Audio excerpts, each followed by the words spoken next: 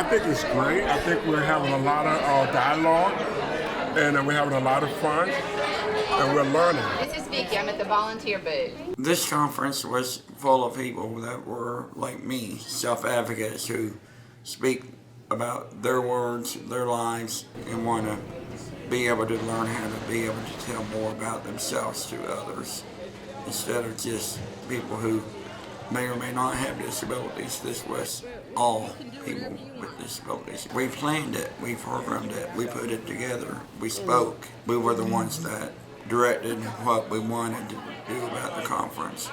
We didn't let other people tell us that this is how you should do it. We did it in our own, in the way that we wanted it to be done. And self-advocacy really is networking when we get together. And that's what SABE is. It's a way of networking, but also to help us find encouragement and power among one another. We're doing fine, Oklahoma, except for the waiting list, except for budget cuts, except for transportation and the marriage penalty. I believe in people doing this. Nothing no one can do. We all have the power to do whatever we put our minds to. There's no such thing as you can't. The only thing that you can't do is stuff you don't try to do. We are going to show people that we are humans too. We got the same rights as they do. Nobody deserves to get, the last piece of the apple. You get the whole apple and get the chance to show people that we are human. We can make decisions for our own selves. This conference is going to be the best. I love it. I can't wait to start the activities. We are speaking for ourselves. Speaking for ourselves. No one else can do as well. Speaking for ourselves. There's something about being in a room full of people who advocate for themselves like you do. It gives you the feeling like, I'm proud to be who I am. There's people out there that can help have my back, but also give me strength along the way. And I can strengthen them when they need encouragement too. Keep your eyes on the prize. Hold on, why don't you hold on? Got my hand on the freedom power. Won't take nothing for my journey now. Keep your eyes on the prize. Hold on, why don't you hold on?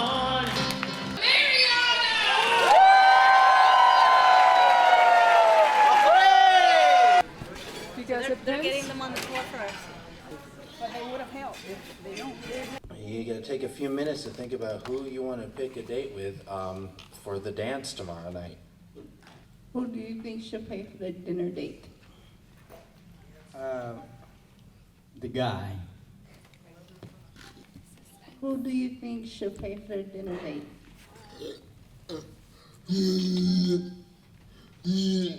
Me. Two.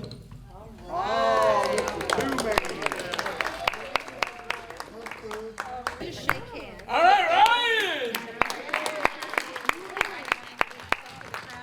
My name is Ryan King, and I'm from Washington, D.C.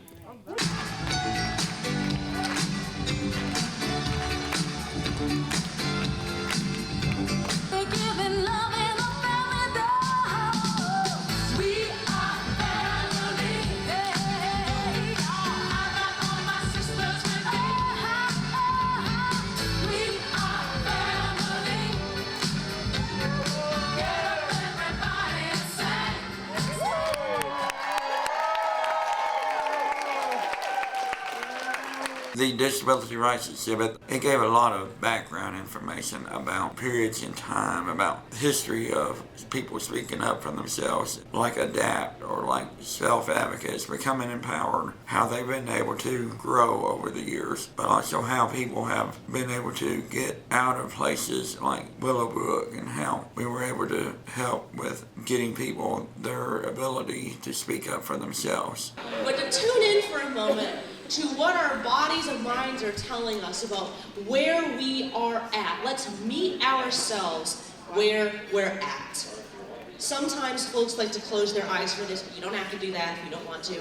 I cherish rule breaking. But I'm going to ask us to take that moment. Let's tune into ourselves and listen to what our own bodies are telling us.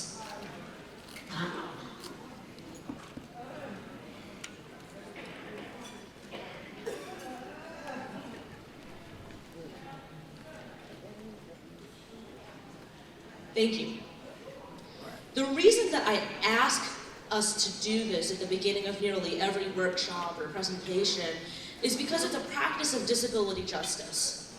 It's a practice of respecting and honoring our own bodies, giving ourselves permission to feel all that is happening inside our brain, to feel the full range of our anger, of our frustration, of our sadness, of our anxieties, and of our joys.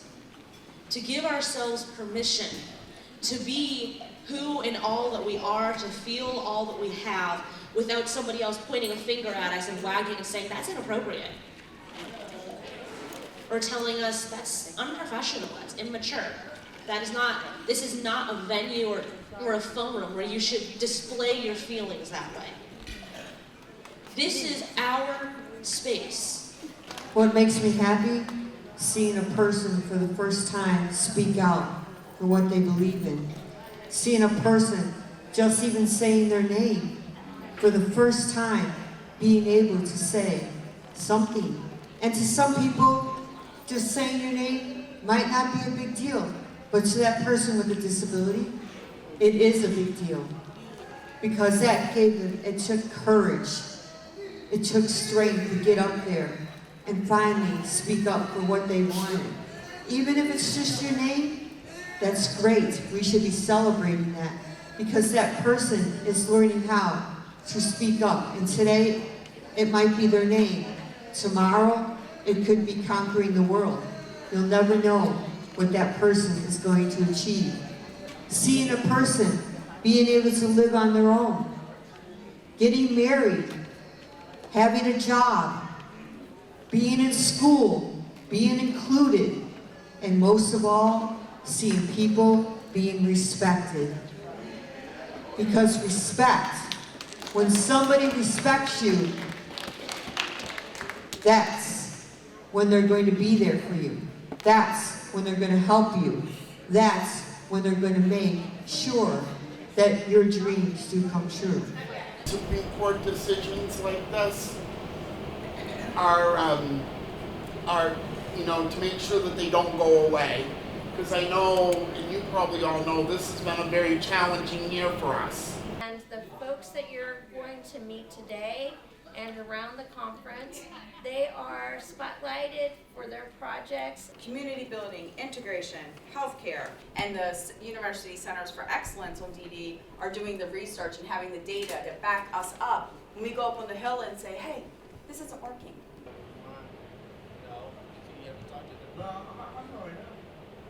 How do you stop bullying? Yeah.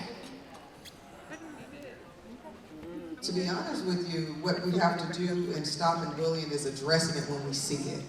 The only reason that people continue to do bullying is because nobody's calling the people that's doing the bullying out on the carpet. We want to make sure that people feel confident when they vote. And so educating ourselves and our other self-advocates in our group is really important. And by working together with the PNA in your state, you can make sure that you have teams of you that know about voting, helping others learn about voting and what it's like, so that it's a good experience for as many people as possible. I'm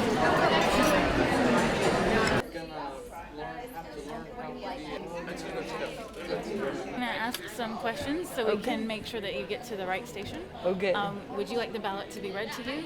No, thank you. Okay, and would you like to use the touch screen or a switch? Touch screen. Okay, you can come over here. I'll be over here for you. Okay.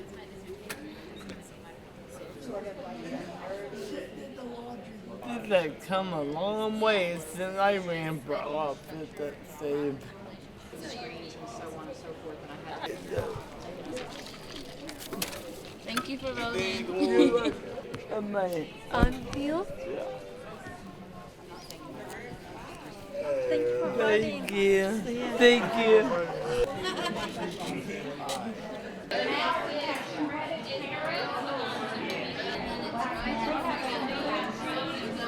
This was our wonderful board for this year.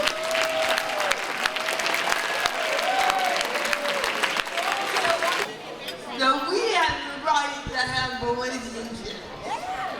And we have the right to be parents, right? I am a mom that these together. Sometimes when people find out I'm a mom, they say, did you give birth to your own children? I'm like, well, if you look at them and say, look, there might be, you know, so people with disabilities can be parents. Living in the place where we are in Colchester are gonna help them out, so enjoy. Take it away, boy. Turn it up.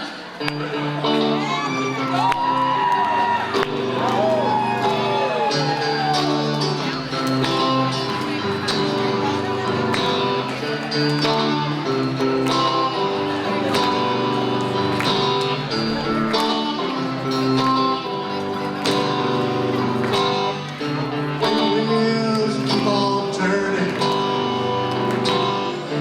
Carry me home to see my kin. Sing songs about the Southland. I miss old memories once again. It's a sin.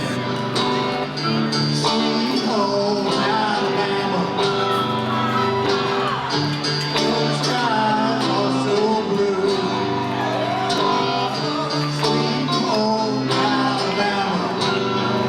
Thank you for your enthusiasm, motivation, and support in making the 2018 National Conference a big success. Alabama DD Network!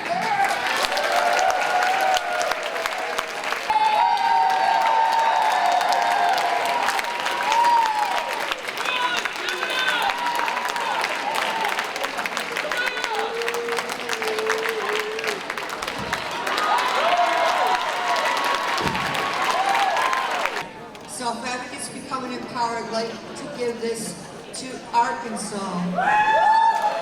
Thank you, guys.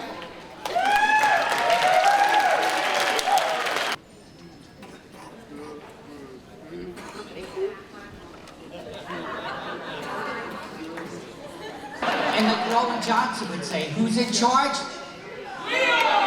Who's in charge? Remember who's in charge. I learned that advocacy is still needed. In order to have it, we got to continue to change and make the world a better place. Why have you been to the White House so many times?